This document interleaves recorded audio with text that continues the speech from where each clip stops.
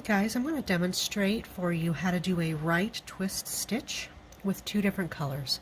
So I'm approaching this with the thought that you already know how to do the right twist stitch, which is where you have kind of this knit stitch pattern that goes up your work in kind of a spiral as you go. This is how to do it with two different colors. So this is a 4-stitch pattern, and what you're going to do is knit your first 2 stitches with your base color. Now when you do your right twist stitch, you would pick up your 2 stitches and then work the stitch. You're going to do the same thing here. As you approach your color, you would pick up the twist stitch and the stitch before it together. You're going to take your twist stitch yarn and knit through.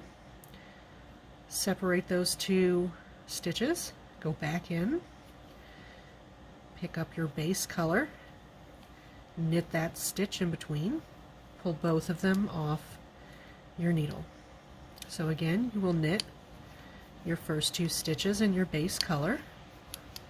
You're going to stop 1 stitch below your twist, pick them both up, knit in the alternate color. Don't drop your stitches yet.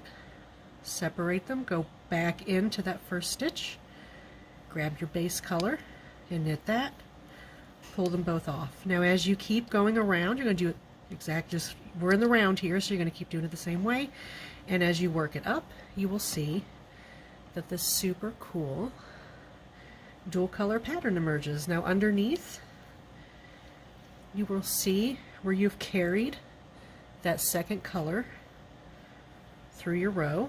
So the underneath looks kind of cool too, but the outside will have your twist pattern. Hope this helps.